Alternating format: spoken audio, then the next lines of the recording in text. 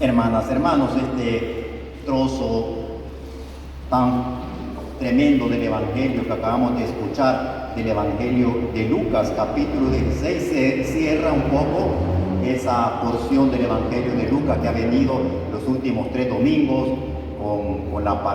desde antes, quizás desde la palabra del buen samaritano, lo que nos hablaba de la avaricia, de la riqueza, y hoy pues concluye, no concluye, pero cierra un poco ese ciclo con esta narración. Es una especie de parábola, pero más que parábola es una narración donde nosotros nos invita el Señor a que saquemos las consecuencias. Pero antes de ello, vámonos primero a la primera lectura, tomada del profeta Amós, un libro muy pequeño que corresponde a los profetas menores, que se llaman, no porque sean menos importantes, sino porque son más pequeños. Los 4 grandes profetas son libros de 45 capítulos, estos son libros pequeños que se pueden leer fácilmente. El libro de Amós, un profeta tremendo, era un campesino, él no era un hombre estudiado, era un campesino del reino del sur, ¿verdad? Cultivador de higos, que se va al reino del norte. Estamos en el siglo VIII antes de Cristo. Siglo VIII antes de Cristo, imaginémoslo, mucho antes del exilio. Ahí está, ¿verdad? Y se había dado ya la división de lo que hoy es Palestina, Israel. Estaban el pueblo de Israel que se había dividido en 2 grandes reinos, ya después de Salomón. El reino del sur, que tenía su capital en Jerusalén, y el reino del norte, que tenía su capital en Samaria. Era un pueblo muy importante, Samaria. Y habían situaciones tremendas, lo que hoy podríamos llamar con nuestras palabras modernas el boom comercial. El reino del norte progresó rápidamente, tiempo de abundancia, tiempo de buenas cosechas, tiempo de florecimiento económico, boom comercial, como dicen los medios de comunicación actualmente, ¿va? Entonces así pasaba en el reino del norte, y por lo tanto con capacidad de compra, del consumo. Ahí estaba un tiempo floreciente en esta capital que se llamaba Samaria. Y viene este profeta del sur y ve la situación y dice: esto no está bien. ¿Por qué?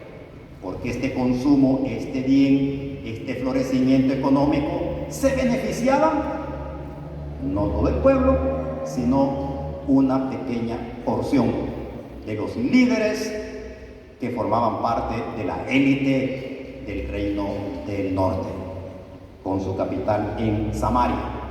Y este profeta, que era un campesino, un hombre sencillo, comienza a decirles claramente lo que no estaba bien. ¿Y qué dice Amós, entre otras cosas? Porque estamos en el capítulo 6.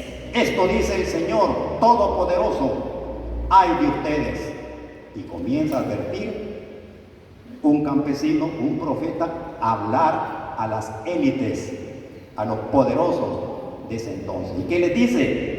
Ustedes se sienten seguros, los que ponen su confianza en Samaria, o sea, en cuestiones políticas y en la capital. ¿Y cómo lo describe? Se reclinan, dice, en divanes, en sillones, en sofás, bien galanes, adornados con marfil. ¿Saben ustedes qué es el marfil, no? El colmillo del elefante, que eso hasta hoy es carísimo, por lo exquisito, por lo fabuloso que es. Adornados con marfiles, se recuestan en almohadones. Imaginémoslo, traten de imaginarse lo que está diciendo el profeta. En almohadones, y comen bien galán los corderos del rebaño, las terneras del corte. Canturrean, o sea, están cantando, imitando, dice, el arpa, creyendo cantar como cantaba David. David era, o sea que están cantando canciones religiosas, los salmos. Eran gente que se decía religiosa y cantaban con el arpa como David, cantando los salmos. Qué hipocresía, le dice él, eso les quiere decir, ¿no? Se atirroba de vino, de los vinos más exquisitos. Se ponen los perfumes más costosos. Qué cosa más tremenda lo que le está diciendo, ¿no? Pero no se preocupan por las desgracias de sus hermanos, por la inmensa mayoría de la población de Samaria, que eran los pobres. Y dice, esta situación no puede seguir, esto no es de Dios. Por mucho que recen, que canten salmos y canturreen con las arpas, esto no es de Dios. No se preocupan de las desgracias de los hermanos, por eso irán al destierro. Y les advierte que vienen situaciones difíciles. Los ricos que se hacen más ricos a costa de los pobres, ¿verdad? Y el lujo que vivía esta élite insulta a los más pobres, porque eso no puede ser. Entonces, el mensaje, el pueblo elegido tiene que vivir según los criterios de Dios. Eso les pide el profeta, y pide justicia. Esto no puede seguir. Y si no, la injusticia trae destrucción, tarde o temprano. Y él advierte con el destierro. Un siglo después vino el destierro de Babilonia y se terminó el reino del norte. Cuando regresan del exilio, existe únicamente el reino del sur, en Judea, y por eso hasta hoy a los israelitas le llamamos judíos, porque es lo que quedó. Lo que quedó fue el reino del sur. El reino del norte desapareció después del exilio. El profeta les habló claramente, esto no puede seguir así. Y siguió así, y vino la destrucción. Amós. El Evangelio de Lucas, él presenta esa sensibilidad que tiene este Evangelio, ¿verdad? Muy especial por esa dimensión humana y religiosa. Uno de los aspectos del Evangelio de Lucas es que habla muy tremendamente del pobre, ¿verdad? Como un valor grande ante Dios, pero también del pobre real, del pobre miserable, del pobre que no tiene condiciones para vivir bien su vida. Entonces, por eso, a la par de las bienaventuranzas, bienaventurados ustedes los pobres, bienaventurados los que lloran, pone a comparación, Mateo no lo hace, pero el Evangelio de Lucas sí lo hace, que pone los ay de ustedes. A la par de las bienaventuranzas, pone las advertencias, ay de ustedes, los ricos, etcétera, etcétera. ¿Verdad? Y después de esto, unos capítulos después, pone esta parábola. El problema de la pobreza, de la injusticia social, aparece en el Evangelio de Lucas. Seguramente una de las motivaciones que tenía el Evangelio de Lucas cuando lo escribieron era que seguramente en la comunidad también habían estos tipos de situaciones. De hecho, Pablo reclama a una comunidad y le dice, ustedes, los que vienen temprano a la mesa del Señor, comen bien y no se acuerdan de los más pobres. Parece hipocresía, mejor coman en su casa. Eso les dice Pablo. O sea que habían divisiones también dentro de las primeras comunidades, acomodados en estándares de una vida mundana, holgada y despreocupada, y con ello estaban ya falseando la fe y sobre todo la Eucaristía en el caso de Pablo. El pecado y lo escandaloso de esta narración de este rico es que está en lo mejor de su tiempo.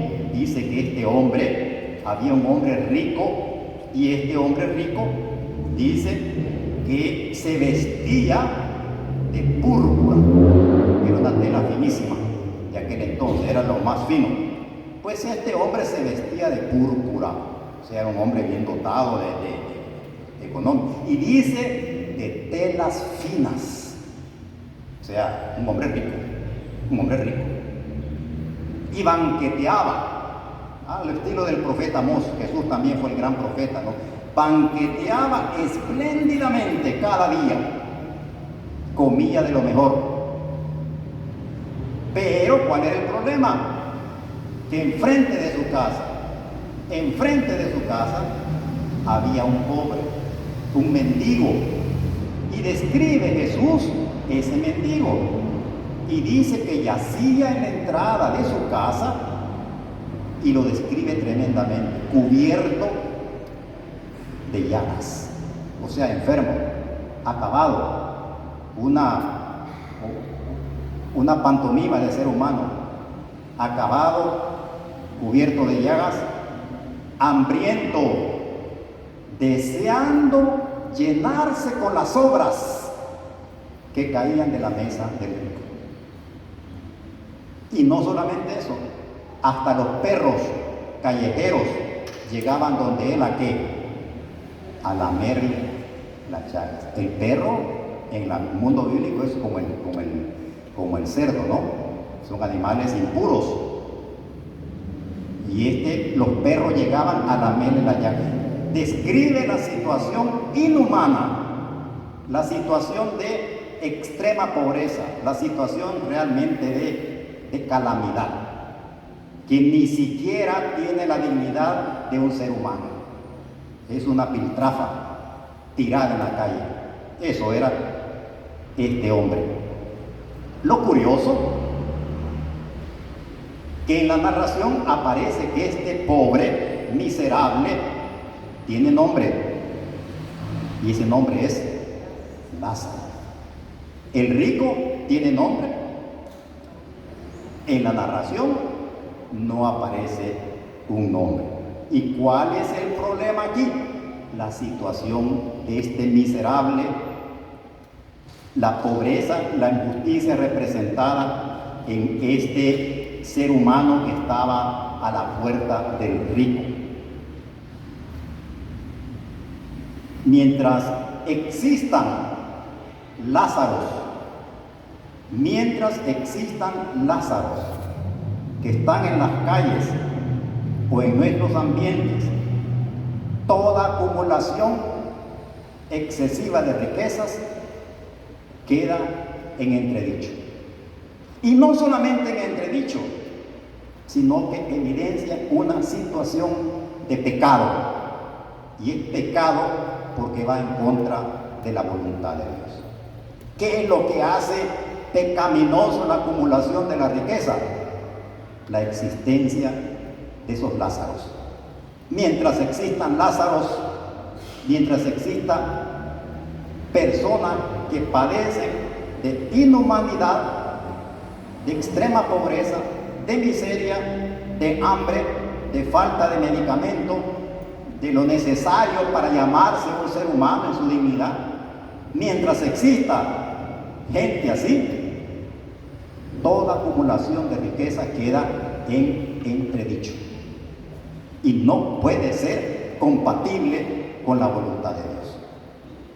Eso nos lo dice esa forma escandalosa, ¿verdad?, de ir en contra de la voluntad de Dios. Este hombre banquetea, se viste de lujo y no ve que enfrente de su casa está un pobre en semejante calamidad. Recordemos la parábola del buen samaritano. El sacerdote ve al tirado en el camino y pasa de largo. El escriba pasa de largo. Y solamente el samaritano mira a este desgraciado, se llena de compasión y le ayuda y le da lo necesario. Y Jesús después pregunta: ¿quién fue el prójimo del tirado en el camino? El que tuvo compasión. No tenemos compasión en nuestra sociedad para los más necesitados. Hermanas y hermanos, hablemos lo que querramos, cantemos lo que querramos de cuestiones de Dios. No hemos comprendido la misericordia de Dios. Recemos lo que recemos, hagamos lo que hagamos. Podrá ser cosas buenas, pero no hemos entendido la misericordia del Señor, porque la misericordia del Señor exige también solidaridad. sobre todo y a partir del más necesitado. La riqueza extrema se hace mala vida si hay pobres y miserables sin lo mínimo de su vida digna. Pero eso pasaba en el tiempo del profeta Amós. Hoy no, ¿verdad? Hoy quizás no. Esos pobres son concretos. Esos pobres tienen nombre, tienen nombres propios. Son los Lázaros de esta humanidad. El mundo mueren de hambre cada día. Cálculos de algunos expertos, unas 100,000 personas. Más de 1.000 millones de los 7.500 millones de seres humanos que poblamos este mundo viven en extrema pobreza en nuestro planeta, tanto aquí como en todas partes del mundo, y se encuentran en condiciones de inhumanidad. Cerca de 3.000 millones de toda la humanidad están en situación de pobreza, en un mundo donde existe lo suficiente para darle de comer a todos. ¿Por qué existen semejantes desigualdades? Una gran pregunta, una gran pregunta. Alrededor de 1.800 millones de seres humanos carecen de un acceso al agua potable. ¿Y qué decimos nosotros los cristianos de esta situación? Nos acostumbramos tanto que no lo vemos, que no lo percibimos. Son los Lázaros que están, y nosotros, si tenemos lo suficiente, no vemos los Lázaros de este mundo. Es la gran pregunta que nos lanza la palabra de Dios de hoy. 2.000 millones de personas no tienen acceso a medicamentos básicos en este mundo. Pablo exhorta a su discípulo Timoteo y le pide que sea coherente. Si quiere ser tu servicio, él era un joven que estaba empezando su ministerio, ¿verdad? Y dice, tú como hombre de Dios, y Pablo le exhorta. Y lo que Pablo le dice a Timoteo, nos lo está diciendo hoy a nosotros, ¿verdad? Lleva una vida de rectitud, dice aquí la traducción. En la Biblia, ¿saben cómo aparece? De justicia. Aquí aparece rectitud en la traducción que tenemos en Ir y Enseñar, pero en la Biblia aparece justicia. Vive en rectitud y en justicia, o sea, sé justo, sé justo. Vive en la fe, en el amor, en la paciencia, en la mansedumbre, y lucha el combate de la fe. Eso le pide Pablo a este joven, y que es lo que nos pide a nosotros, porque de eso ha sido llamado, ¿verdad? En una forma tan admirable. En presencia de Dios, imaginen lo que le dice Pablo, en presencia de Dios que nos da la vida, en Cristo Jesús que dio testimonio ante Poncio Pilato, te ordeno. Pablo le dice a Timoteo, te ordeno, en el nombre de Dios, vive una vida recta. Te lo ordeno. Qué cosa más tremenda lo que Pablo le dice, ¿no? Para que cumplas fiel e irreprochablemente todo lo mandado. Y ya sabemos lo que el Señor nos quiere. En el Evangelio muy hermoso, ¿no? Cuando el rico está ya sufriendo y le dice, por favor manda que avisen a mis hermanos, y Abraham le dice, si ya saben lo que tienen que hacer. Y si no se convierten, no se convertirán, aunque resuciten muertos. Qué tremendo, ¿no? No estemos esperando eso, hermanas y hermanos. Convirtámonos, creamos en el Evangelio, construyamos un mundo más justo, de justicia, de paz, de reconciliación. Todo eso es lo que nos manda el Señor. Si ya sabemos lo que tenemos que hacer, si ya sabemos que tenemos que convertirnos, ¿por qué no lo hacemos? ¿Por qué hay Lázaros, tantos Lázaros en nuestras sociedades? ¿Por qué existe tanta pobreza, tanta miseria, tanto odio, tanta división? Nosotros, hermanas y hermanos, somos cristianos, sabemos lo que tenemos que hacer, pues hagámoslo. En el nombre del Señor, dice Pablo, te ordeno, vive conforme a tu fe. Todo lo demás son interpretaciones nuestras. Entonces, eso nos invita el Señor, por eso nos ponemos de pie y vamos a reempezar de nuevo